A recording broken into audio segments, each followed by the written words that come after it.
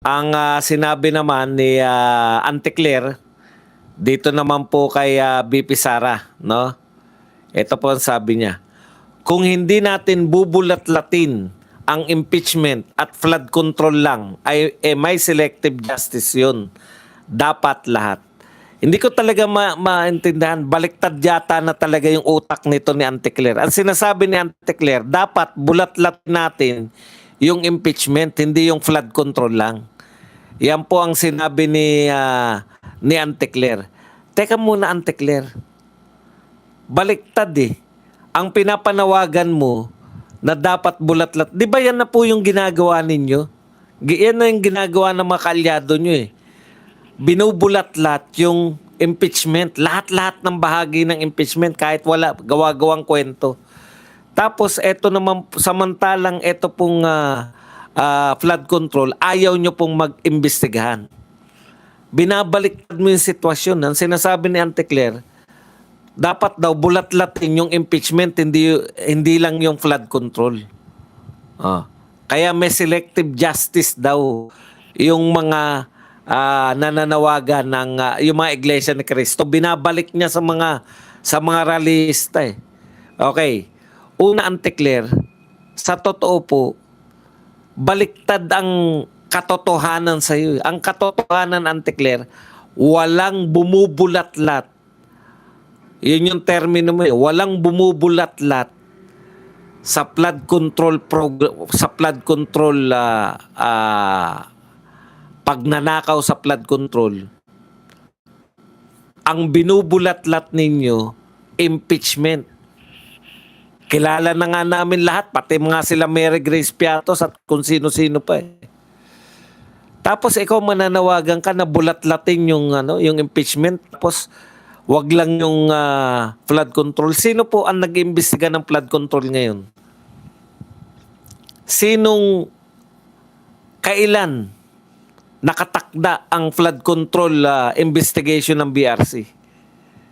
Wala. Walang nakatakda. Walang balak ang Senado. Wala na yung ICI na create ninyo para kunwari mag-iimbestiga sa flood control. Wala rin pong investigasyon na hindi po pinag-uusapan sa House of Representatives. Ang dami po nilang congressman. Hindi naman po lahat ng congressman ay kalahok dito sa impeachment ni BP Sara. Wala pong nag-iimbestiga na sa flood control. Wala na silang pakialam sa flood control. Sino po nag-iimbestiga sa flood control? Kaya palpak yung sinasabi mo na bulat-latin din yung impeachment at hindi yung flood control. Okay. Ngayon nauuso po yung selective justice. Totoo kasi yung selective justice na yan. Selective kasi kayo eh. Ngayon, ito po ang sinabi niya pa. Sabi ni Auntie Claire, para matapos lang tayo. Kung transparency at accountability lang, dapat inuusig din ng INC si BP Sara, di ba? INC, pinapayuhan kayo ni BP Sara. Kung transparency and accountability daw, dapat daw inuusig ninyo si BP Sara. Auntie Claire, abogado ka eh. No? Ikaw, alam namin, attorney ka. Paano uusigin ng INC si BP Sara? Una, bakit nila usigin? Sila po ba ay kaano-ano ba nila si BP Sara? Ano bang ginawang kasalanan ni BP Sara para usigin nila? Alam mo, Auntie Claire, sa totoo, pareho si Senator Marcoleta at si BP Sara ng sitwasyon. Pareho silang biktima ng selective justice. Bakit? Pinalalabas ninyo na masama ang confidential fund ni BP Sara. Binulatlat ninyo para makahanap ng Mary Grace Piatos. Nasa na pala yung paninira nyo kasama ng mga kasabwat ng mga hindi bayarang media? Asan na yung paninira nyo noon na 11 days ginastos? Wala na? Kalimutan na lang? Kasi wala naman talagang kaso? Hindi naman talaga, wala naman po nagkaso na kakasuhan kita dahil 11 days mo lang. Ha? 11 days mo lang ginastos. Wala pong kaso na ganun. Dahil pwede kang gumastos kahit 1 billion a day. Trillion po yung budget natin eh. Kung 100 billion, ilang araw lang po. Kulang pa po yun. Kung 1 billion a day, 365 billion lang isang taon. Trillion po yung budget natin. Hindi po katakataka yan.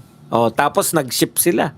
Nung nakahanap na sila, kaya nila inimbestigahan kunwari yung 11 days para mabuksan nila yung mga papeles ni BP Sara. Nung nakaharap na Mary Grace Piatos, hanggang ngayon Mary Grace Piatos na sinasabi.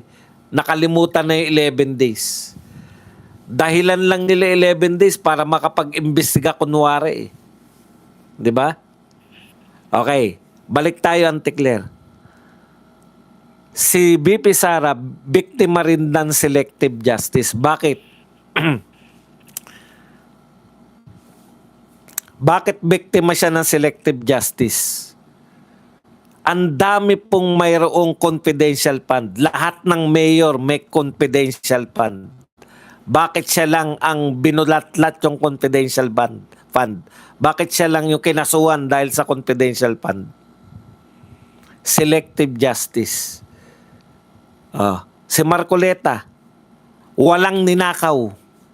Ibig mo sabihin, badong pati yung mga nag-aakusa sa kanya na mga ombudsman, hindi sinasabing nagnakaw si Marcoleta. Opo, wala po siya ninakaw.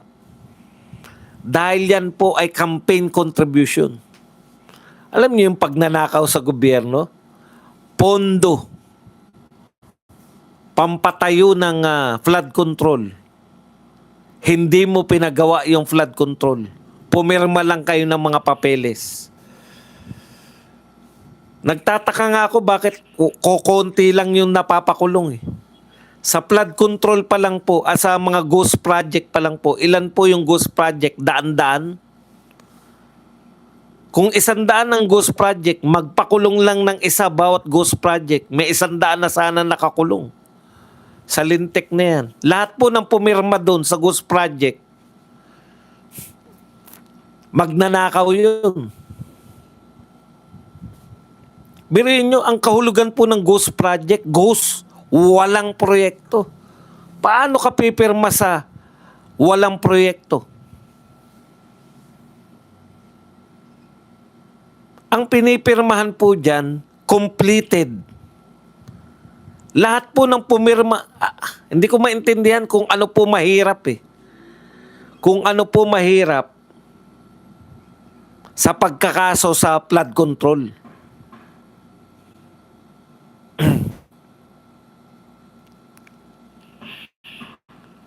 Kung may ghost project po, lahat po ng pumirma na completed, kung ilan yung tao na yun, ipakulong ninyo.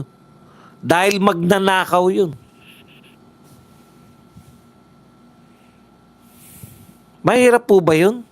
Bakit parang mas madali pa na ang isang senador ay ipakulong kaysa dun po sa mga tauhan ng DPWH na mga nagsipirma sa mga ghost project?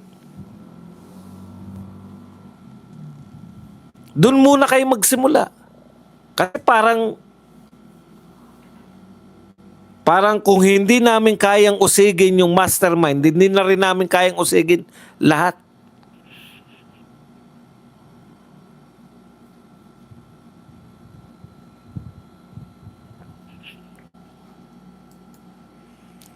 Tama po yun, parang sindikato yan. Pero dapat may pagsimulan sila eh.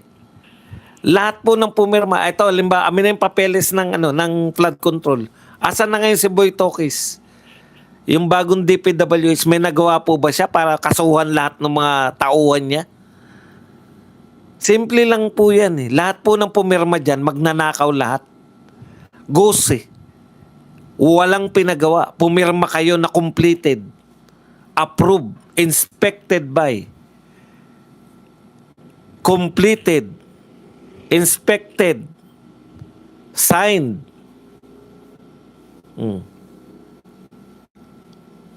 Lahat yung pumirma na yun, ipakulong nyo yan. Ewan ko kung hindi magkantahan yan.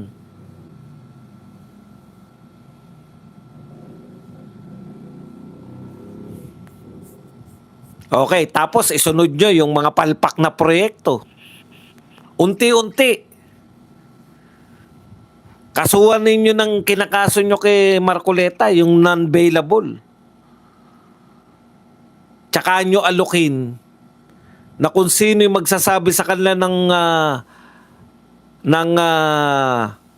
mastermind, gagawin yung state witness. Baliktad eh. Putya, state witness na lahat. Si Bunuan, state witness. Si Bernardo, state witness. Si Alcantara, state witness. Lahat state witness. Mas marami pa yung state witness kaysa sa nakakulong. Ang tindi.